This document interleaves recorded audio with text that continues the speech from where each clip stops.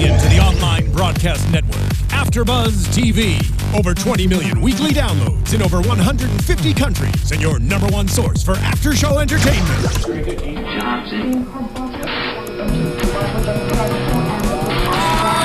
AFTERBUZZ TV, the destination for TV superfans. Producing aftershows for over 300 of your favorite TV shows. Interviewing celebrities and showrunners. And bringing you behind-the-scenes exclusives. All thanks to E! Entertainment's Maria Menounos, producer Kevin Undergaro, and internet leader Akamai. Now, let the buzz begin! I have only one thing to do, and that's be the wave that I am. We're so creepy. I know, it's like The one song of is those, creepy though. it is a creepy song. I mean, it goes well with the show, right? Yeah. But Oh, it's perfect. it is just like, you know, I mean, I kind of want to sing like her though. I kind of want to just like, I don't know, cheat on somebody with this fucking makeup. No, it's so stark in you her do. voice. It makes me want to cheat. It makes me want to It's very cheat. unsettling. What's up, everybody? You are, of course, at the Affair After Show. So happy to be here. We had a little break, but now we're back. Thankfully. Yeah, man. Yeah. You know, it's like, I don't know what to do. Like, when it's not the Affair show, like, Exactly. what do you do? Last you know week what I'm saying? last Sunday was too depressing. It was Without depressing. seeing all of y'all. I just like ate a bunch of Cheez-Its and like watched the reruns of Fresh Prince of Bel-Air because I didn't know what else to do with That myself. actually sounds like a really good thing.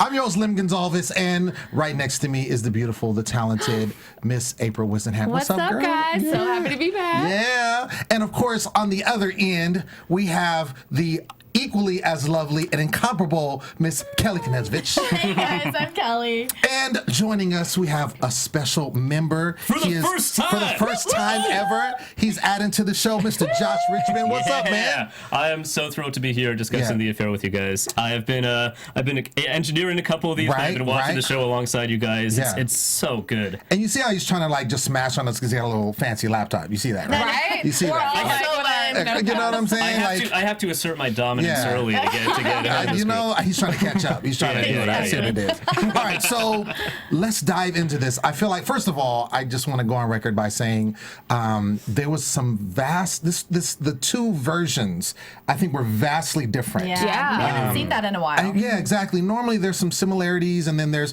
maybe one or two things that are exactly the same, but the theme overall is the same. And I don't think the theme was different per se, Yeah. but I think the way that they went about doing things, and I don't know if this is purposely that they did this, but it was vastly different. What do you take on that?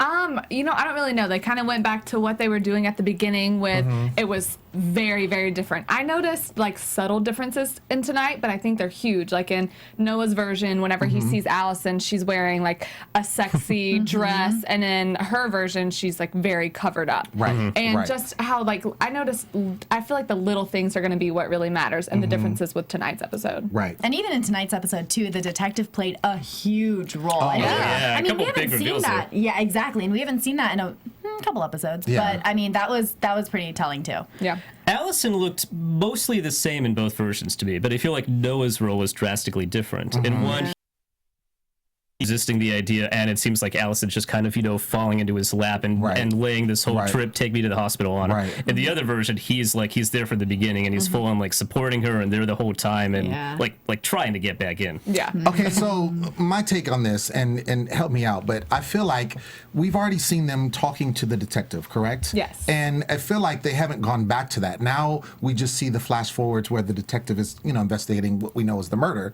of Scotty. And there's certain things, and of course at the end of each of their versions, we have these big reveals that happen. But do you think now at this point, this is just them telling their stories to us as the audience because they're no longer talking to the detective, or why do we still getting these two versions? I definitely still think it's kind of just them telling us so we know what's going on, because obviously there's a huge time lapse. We see at the very end, whenever we see them, the detective showing up to Scotty's memorial service, it's, Allison has her short hair and all that. So we know it's actually like a time lapse. So we still haven't We don't know how much time it is. It's got to be a significant amount of time. I don't think we're going to get there before the end of the season. I don't think don't we do are that. either. Only 2 episodes. There's not enough time You know, Josh, to establish don't do that to us. Well, No, but I think so, too. it's good. I don't want them to run out of story before the end of the Right. season. I'm glad Right. that there's more affair coming. That they've Me kind too. of that I they've don't want to be planned left out. hanging though. But that's what makes a good show, right? Stop it. And I have a feeling because of the way this show is going, it's gonna do that to us. Yeah, for because sure. they know, first of all, they know that it's the second, season. So you got to leave a cliffhanger. You got to leave something. I just want to know if they somehow at least get to like someone being indicted for the murder. I don't think they're going to get that. I know they're not. Can I just have a moment? That's what I want. It's not gonna happen. You can. Thank you. That's what I want, but it's not gonna happen. Yeah. I don't know where they're gonna leave us, but it will be something that everyone's gonna be thirsty for the next episode.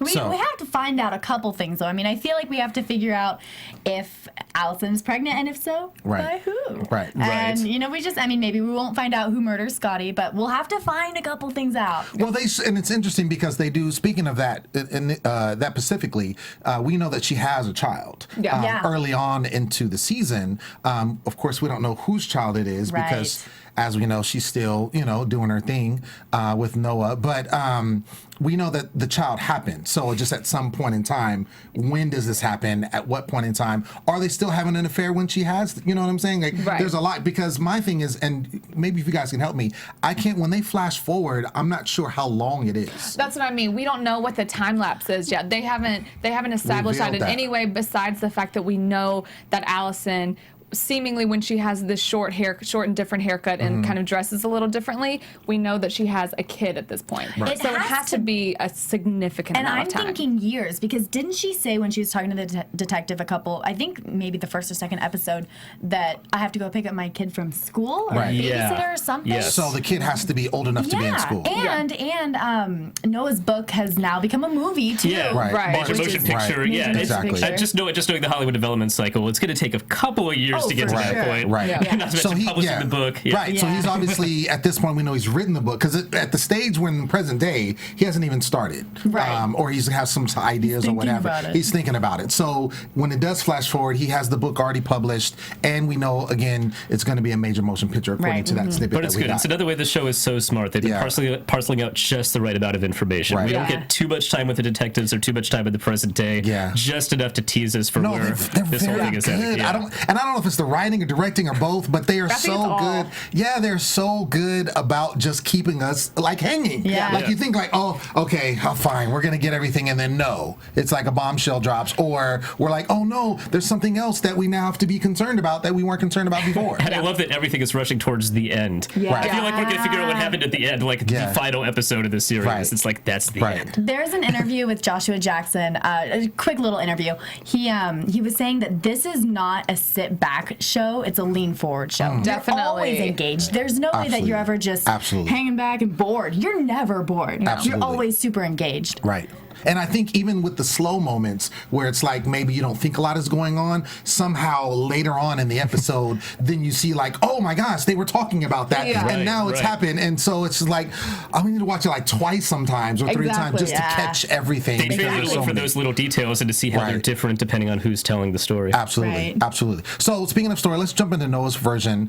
So it starts with him teaching his class. So obviously he's back now, kind of in full swing with his job, and they're talking about Romeo and Juliet, which, of course, I love how the show also is very good with imagery and Yeah. kind of has good metaphors Yes. and things associated with that. And I like the quote. It says, he says, "Pure love cannot sustain in an imperfect world." Got that same thing written down right here because it's just so telling of exactly what he's feeling. Even when Absolutely. he's talking about in that part to his students that, the adults, whenever they start doing things, it messes everything up. And I feel like he's basically just talking about himself. I think I think he thought that his love with Helen was pure, and now we kind of know that it wasn't. And so it's just very telling of what he's going through. Right. Or I think he might even think his relationship with Allison is that pure love that can't survive. I think that's very much his state of mind reading that reading of Romeo and Juliet, because it's very easy to read Romeo and Juliet as these are just two dumb kids involved in a very dumb romance. But because he's deep into that dumb romance, he's not going to see it that way. Very true. Interesting. Because there is a doomed romance at the center of this series. Right. Yeah. Oh, absolutely. Absolutely. We do see him go and kind of have dinner with his wife. and Helen, and he gives her a gift. She talks about, something that happened, and he's like, oh, we should celebrate. Oh, I actually have a gift for you, and here it is. And kind of threw me back because I'm thinking like, oh, okay, they're patching up their relationship. Things are good. They were being flirty with each other. And then all of a sudden she's like, oh no, we can't afford this. You need to take it back. And he's like, are you serious? And my thing, I'm initially thinking like, is it really a situation where it's a financial decision, or it's a situation where, like, just say, No, I'm like, no. okay, so enlighten me, because I want to get your take on that. I feel like Noah probably gave her the necklace not because, hey, here you go, happy days. Right. It was like, oh man, will you forgive me for cheating on you? It was a please forgive me necklace. It was a gift about, again, circling back to the whole cheating thing. But it really becomes clear what that necklace is about once you get to the therapy session, and Helen says that absolutely, she has always felt like he's like the safe choice, and she's almost felt like she's better than him, and he's like, don't you think I know that?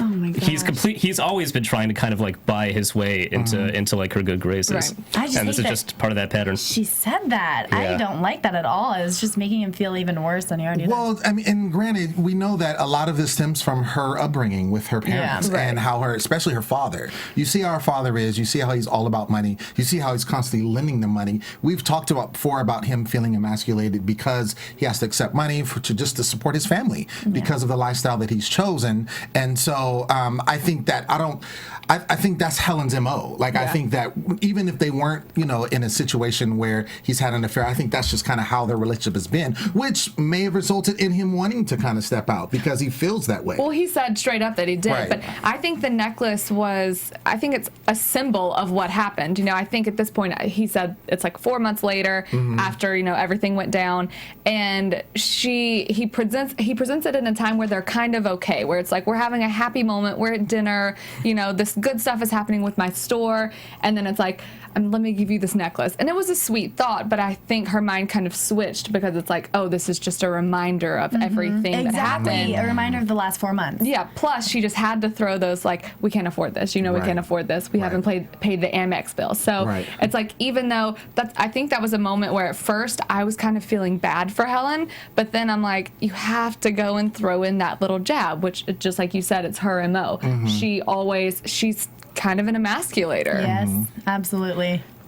I completely go back and forth on this show. Sometimes I'm like, you're so right, and I completely feel where you're coming from, because this guy cheated on you, and of course you're going to feel like this. And then she will say something like, look, when at a certain age, I could have had anybody, and I picked you because I did, you were safe. Because you were safe. That's like such a horrible thing to say. It's horrible. I think she's being honest, though. At that part, I thought it was one of her most endearing moments, because I'm like, at least she's telling him the truth. And, it's a moment where she does have to be kind of really straight up and honest with him, because it's like, look, you cheated on me, and I chose you when I could have had all. I mean, obviously, it's not the most selfless thing to say. It's not at all, actually. She's like, I could have had you, and I chose you because you were special to me, and you still did this to me. I think she just wanted to make her point. Did she do a great job? Did she say it very eloquently? No. No, not at all. But, not at all. She made her point. And that's the thing with her. I think it's one of those things where, are you mad that he cheated, or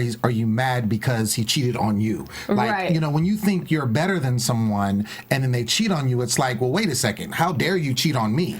Forget. Yeah, exactly. You know what you got? I got money, da da da da. Yeah. And it's like, how dare, and then, and she gives a little jab. A waitress at all, when she made that scene on the last episode. So, I mean, you can see, like, part of it, sure, she's upset that her husband cheated, but at the same token, it's like, where is it really coming from? Where is she really at with it? She thinks she's all that in a bag of potato chips. And you can see that Noah's had issues with this going back way before the affair. Absolutely. Absolutely. So I thought it was interesting when he says that he wants to go to Montauk. Her father, Bruce, is having an awards banquet, and she can't go.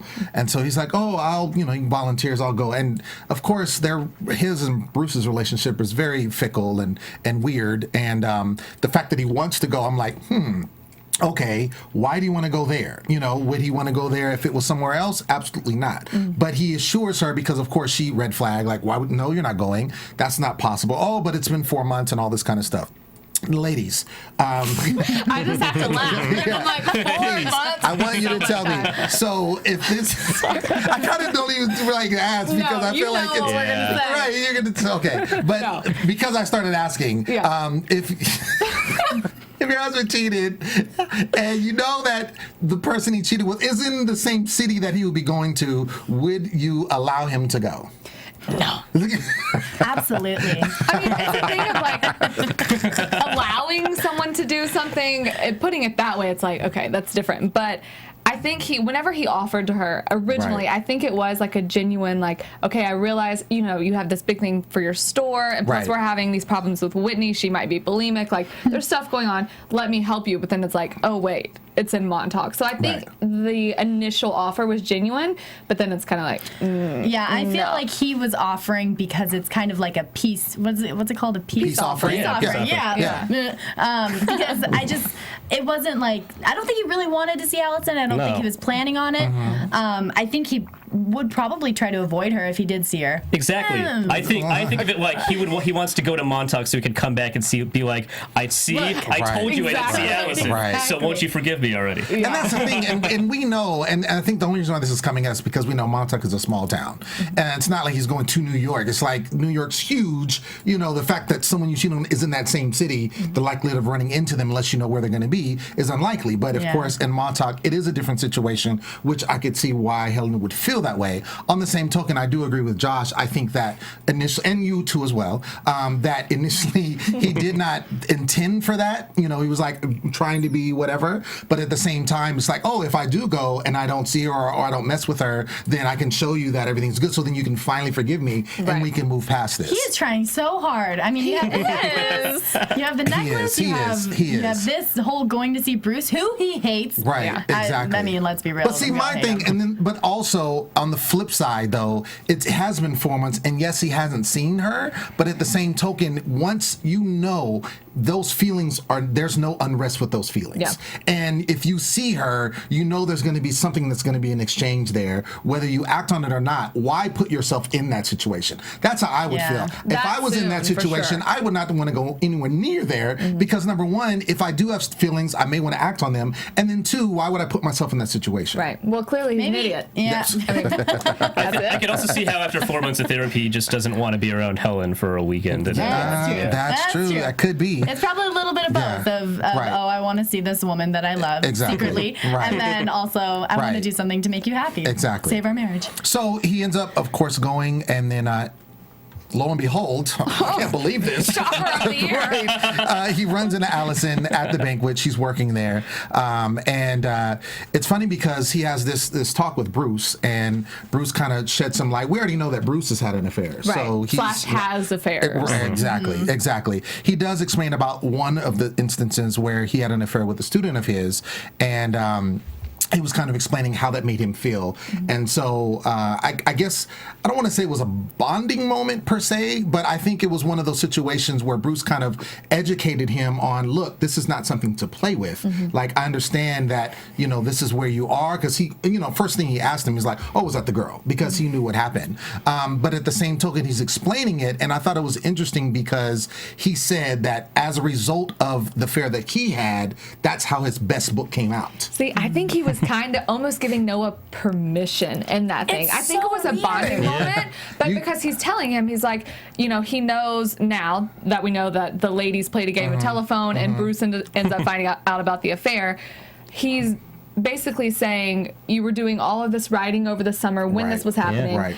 I wrote this book while I was having this affair with this chick in Michigan, and that was the first time and the only time that I was ever shortlisted for the Pulitzer. So it's like he's saying, you know, you had all this great material and this inspiration while you were having this affair. And now you I know if I want to be like a John Grisham level author, all I need is like a steady stream of beautiful ladies. Line them up. Yeah, line them up. But it's like he was giving him permission. He was saying, this is what happened for me. Wink, wink. It's so weird to me because I feel like Bruce, I feel like any father would be on his daughter's side. Absolutely. And you can My tell dad better. Bruce does But not Bruce is like a him. jerk. Like, he's a jerk. And he doesn't like Noah. He does not No, like Noah. Noah does exactly. not like him. But the fact that he kind of said, I think about what's her name? The girl, the I forget her Michigan name. girl, every day. Yeah, the student. Yeah, I Right. think about her every day. It's kind of saying, I approve of you and Allison. I approve that you're like. I think you're going to think about her every day. And He might not like Noah, but he sees himself in Noah. Yeah. I think that's what it Strong is. connection. Yeah, I don't know that he obviously doesn't like Noah. I mean, I can see what you're saying about the bonding moment. I think it was like more of a author to author. Like, they're both authors, so okay, this is how I got my success.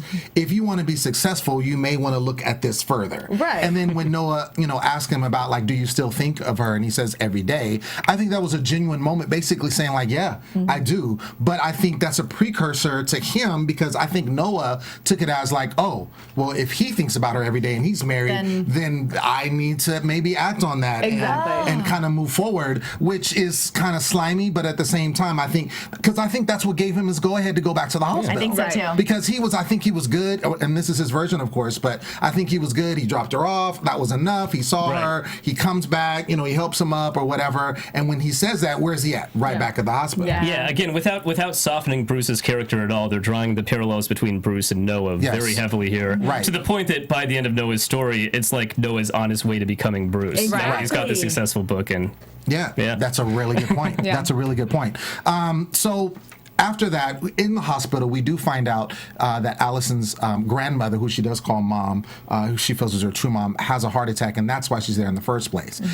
With the two versions, it was vastly. This is another one that was vastly different. In his version, she's there by herself. The grandma's there. He kind of coaxes her because the grandma's kind of leaving. In the sense, we know she's passing. Be there with her. But in Allison's version, kind of to jump ahead, like it's her mother and her mother's boyfriend with the turtleneck. Right. Guys, he's just so attractive.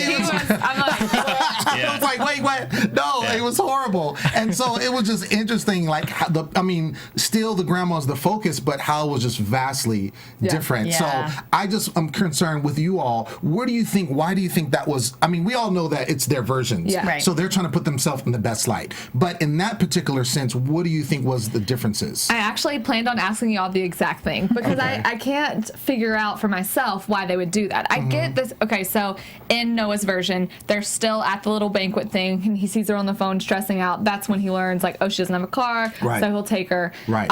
And she asks him to come in, and he says, it's not my place. And, then... And he also says, won't your husband be in there? She's like, no, he doesn't know. And then in her version, where they wake up in the morning and Cole is there whenever they get the initial call. But I'm guessing maybe she didn't tell him later about the second heart attack that he had. But I don't know why they would do it different. Noah remembering that call as like it being the first heart attack because he didn't know about any sort of previous call. Yeah. Exactly. But why would they make like... Those are big details. Like, you're not going to forget someone's mom and crazy Dennis being at the hospital.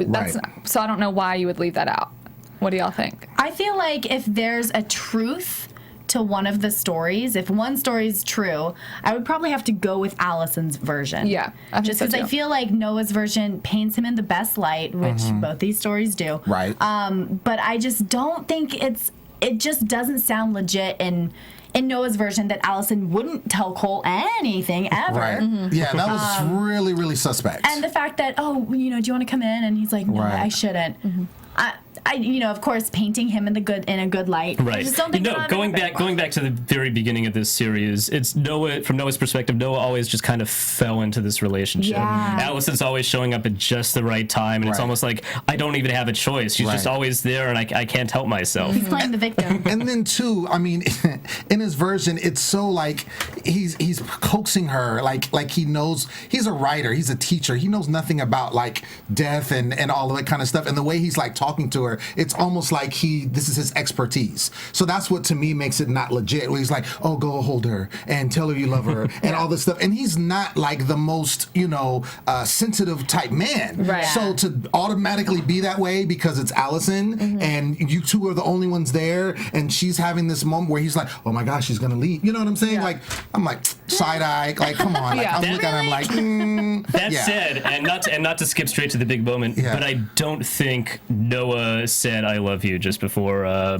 bringing Allison back home. That was in Allison's version, right? That was Right, Allison's that was. version. Yeah. But see, still, okay, we're talking about, him painting himself in a certain light, but at this point, they're not talking to the investigator anymore. Right, So, right. it's the question we ask every week, which I know we'll talk about in predictions, but it's like, why are they still painting themselves in a light if they're just talking to us? I mean, it makes sense to me, even if they're not talking to it's not that they're talking to us, it's like, this is just the story the best they remember it. And The how same they way, the same way, we're always the heroes of our own lives and our Very own story, true. and Right. we remember things different ways than other people in our Or lives remember maybe it. this is how his book turns out. If That's true. in the Descent, is that what it's Descent, called? yes. Yeah. In the Descent, if he's the main character, nothing bad happens to him. Like you said, he fell into the Right, relationship, right. and she just happened to be He's there. the one that picked him. Right. Speaking of that, it's interesting how, and they did this twice, but the flash forward with the detective, and it shows he goes to Noah's book reading, and he does have this new book, which is supposed to be turning into this movie. So we see, he obviously sounds like he took his father-in-law's advice, theoretically, and the detective shows up, and then of course this book, and he's reading excerpts, and he talks about the same things, and the detective is actually going through the pictures in the phone that he took by the end, Yeah, and describing the boat. that was really, really telling. Yeah. So I mean, I love how they're setting this up, to where it's something's going to happen. I mean, we know it's obviously the end is kind of the culmination point. That's the pinnacle point. We see that in both versions with the detective. So it's just interesting to see how that's going to come forward. Yeah. Because I feel like that book is going to be Noah's demise. Yeah. Is the plot of Descent and the show The Affair just the same thing? Yeah. Is that what's going on? Are we watching the book? It's definitely different. The book. We're watching Noah's version. That's what we're doing. yeah. We're watching. He describes it to be different at the beginning whenever he's talking about writing Right. it. But I mean, maybe he does end up doing it exactly the same. He's like, don't I know. killed a man. I killed a man named know. Scotty. And they're like, oh. Scotty. There it is. Lock up. All right, you're done. So just going over to Allison's version, it starts with her family get together and they're cooking dinner. It sounds like it's during the holidays, and then the mother, who I don't know, I just feel some kind of way about her. Like I don't really like her, if I could use that term. And maybe I just don't like her character because of how she is. I feel like there's a lot of instances where she's kind of stood up for Cole, and kind of in result put Allison down in certain situations, and whereas I feel like she does like the passive aggressive type motive. I feel like that's totally her. Wait. She's totally passive aggressive. She's super manipulative. Yeah, very much so. She's like the godmother of the Lockhart family. All she cares about is like keeping the family together, and keeping the business going. Right, and I truly believe, because there's that point where they're all eating, and then we see that the top of the roof starts leaking. She's like, "Oh, I left the bath on," and of course Cole, his right away thinking is like, "Oh, my mom is getting Alzheimer's. I need to take her to the doctor." And Allison is like, "Well, wait a second. I think she might be doing that on purpose." And I think as viewers, at least my opinion was that she was. Yeah. Because Cole says he's like, last week she left a window open when it was raining. Right. And he listed a few other things, and it's like, I mean, the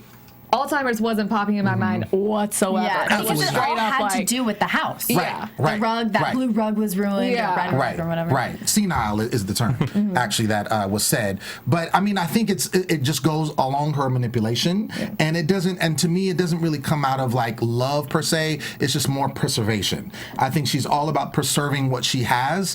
I mean, she doesn't have a husband, and so all she has is her sons and then their children. And I think the house is what keeps everybody together. Even though there was a lot of, they're doing illegal things, and all this kind of stuff. Yeah, it's like she doesn't care. She just wants, no matter what, she wants to keep all of that together. Yeah. I think it's as simple as just the Lockharts are like a straight up drug dealing operation, and she's trying to keep the money coming in. The Montauk cartel. Yeah, exactly. I like it.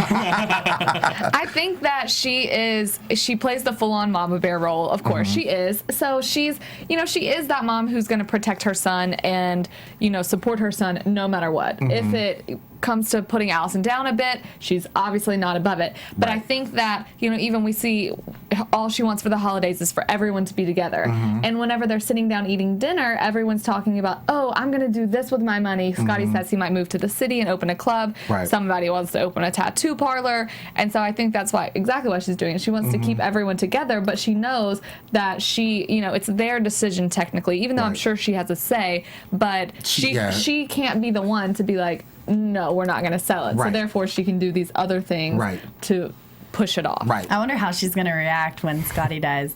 Oh. She's gonna freak. Yeah, it's gonna be crazy. Yeah. The other key point with Allison's version, or one of the other ones, is we see her looking at a pregnancy test, and we see that it's negative. So it looks like we saw that scene. I think it was the last scene where Scotty does a little pimp move, and she's got the birth control. He's like, put that away. We gonna get busy and try to have a child. Yeah. And she was all for that. And so it looks like they're trying, but she's obviously still not pregnant. So I think it's interesting because again, going back to what we said earlier, we know she has a child. And then we also know, not getting predictions, but we did see ahead that she does get back with Noah. And they it is not hard to guess who the potential father of this child might be. So, horizontal polka. So my thing is, do you think, okay, I'm just going to say it. It's not predictions, but do you think this child, do you think it's Noah, or do you think that it's her husband's?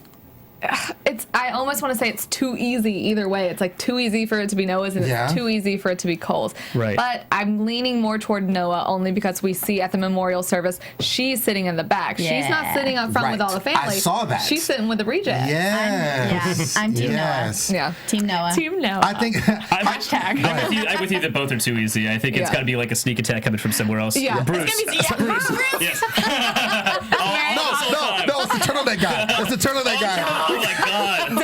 He comes in talk about incestuous. He was that guy is so, he was so cheesy. It's gonna be Oscar. He was so cheesy. This is my new favorite character. Yeah. And that's the thing. And speaking of, I really missed hating on Oscar. Me too. Hating on Oscar this episode because I love to hate on him because he's just so horrible. So I mean, he's obviously going to make a comeback next episode. There are a few really awful characters in this show between Bruce and Oscar and Athena. I hate her. Oh my God. Yeah, let's go into that. Speaking of, so we're already in her version. Of course, she gets called into the hospital. When she gets to the hospital, she does find that her mother is there with what did you say? Turtleneck guy? Dennis. I'm gonna call him Turtleneck guy. I like Turtleneck guy. I like Turtleneck guy. I like Turtleneck guy. Okay, good. So they're there, and she's like, first of all, kind of shocked because again, her mother has never been there. She's always been the one to kind of take care of her grandmother, see about her in the nursing home that she's been at. So to have her there is just like, okay, whatever. But then to have this other guy, this boyfriend of hers or what have you, there as well in this tender moment. I could see her being really upset. It's so inappropriate. I would be so upset. Extremely. She's already upset that they called her mom instead of her, and she was like, no, they meant to call me. But to have this man who you don't even know there when you're, no, it's just crazy that she would do that. But Athena is crazy, so naturally she would. She wouldn't think of anyone else. She just thinks about herself. She totally thinks about herself. And I thought there was a lot of moments with her during this whole, like, she definitely... I mean, you could see why their connection is so distant because she's basically, like you said, she thinks about herself, but she's really kind of heartless. Yeah.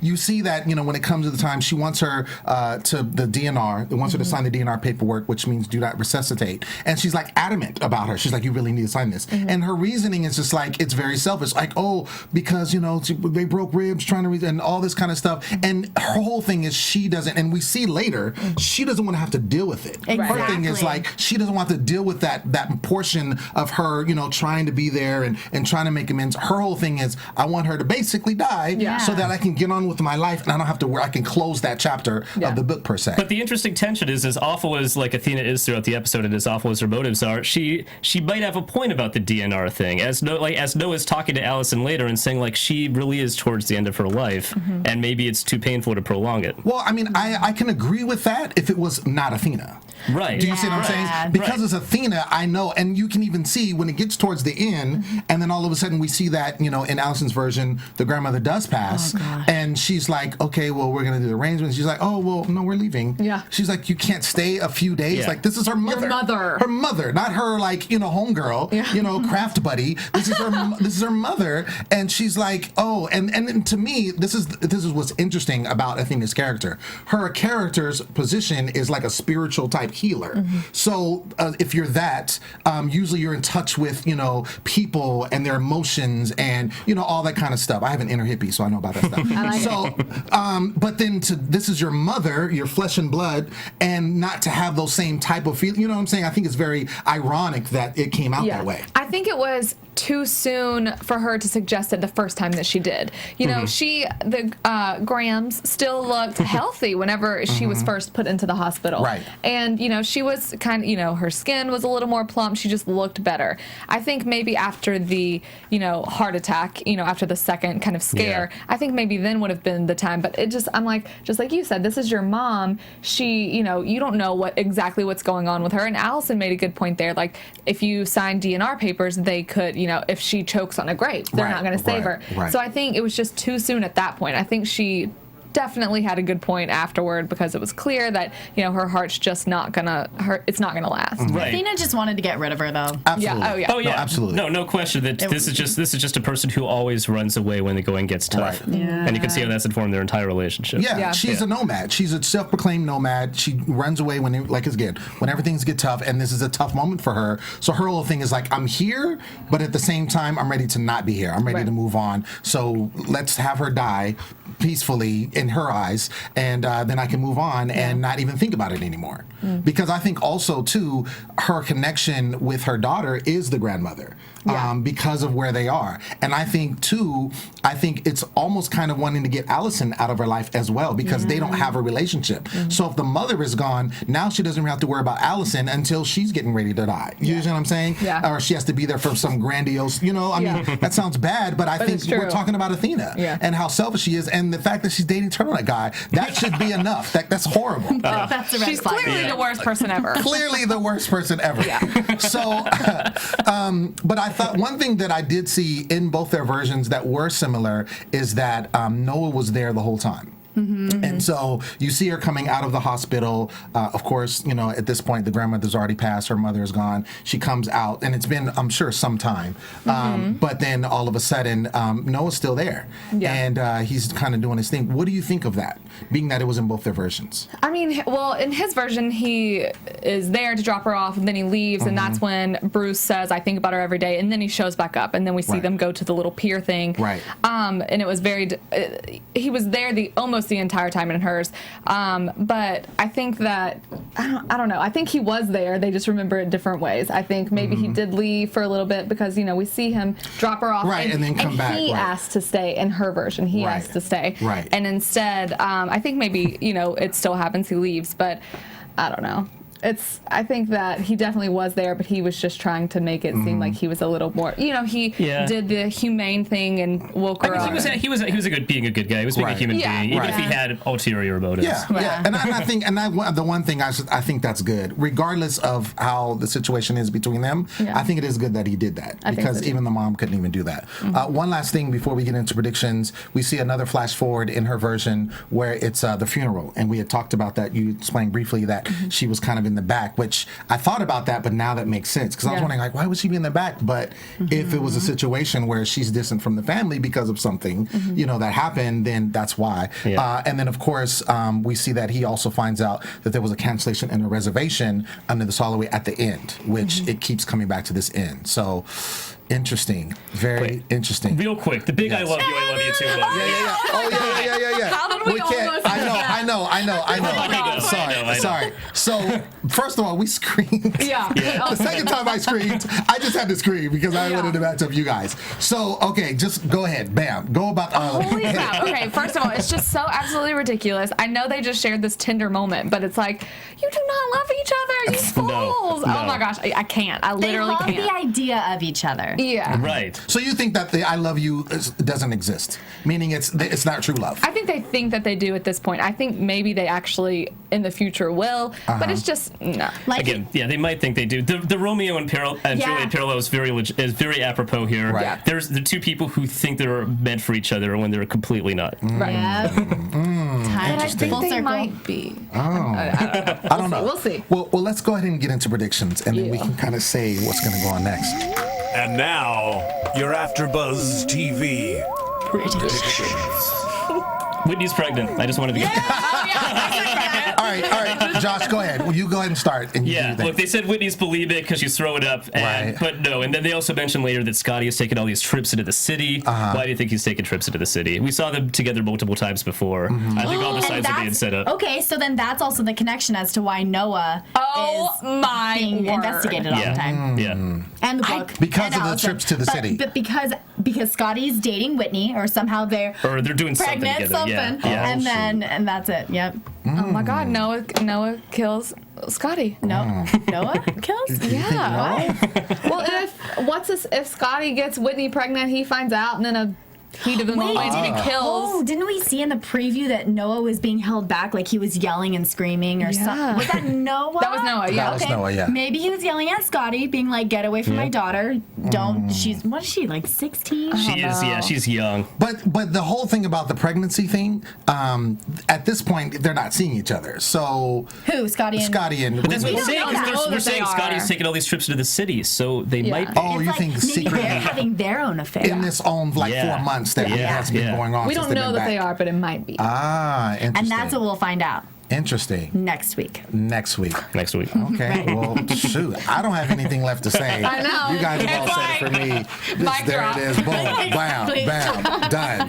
Well, there it If I is, could ladies drop and this gentlemen. mic, I would drop it. Right, exactly. Pick it up and just I'm an smash it on engineer, the so I floor. would feel really bad about Right, exactly. Well, ladies and gentlemen, that was our show. We want to thank you for joining. Man, it's just, I can't wait until next episode. Me too. I wish it was here like tomorrow so we could just do the show. But I have been your host, Lem Gonsalves. You can find me on social media at Twitter and Instagram at The Poet Saint. Where can they find you, Miss Allison? Y'all, Miss Allison. Oh, I'm sorry. April. Sorry, April. Oh, God. You see, I'm so wrapped in the show. I'm so wrapped in the I take it show. as a compliment. Well, y'all can find me, April, on Twitter and Instagram at April Whisenhant. All right. I'll take Whitney. Helen, whatever. You guys can follow me on Instagram and Twitter at Kellie Knezovich. And you can find me, Oscar, at at Radio TFB on Twitter. Also go to joshrichmond.net and you can see other projects and stuff I've done. Nice. Awesome. Thank you, guys. Have a good See you night. next week. From executive producers Maria Menounos, Kevin Undergaro, Phil Svitek, and the entire AfterBuzz TV staff, we would like to thank you for listening to the AfterBuzz TV network. To watch or listen to other after shows and post comments or questions, be sure to visit AfterBuzzTV.com. I'm Sir Richard Wentworth, and this has been a presentation of AfterBuzz TV. Buzz you later. The views expressed herein are those of the hosts only and do not necessarily reflect the views of AfterBuzz TV or its owners or principals.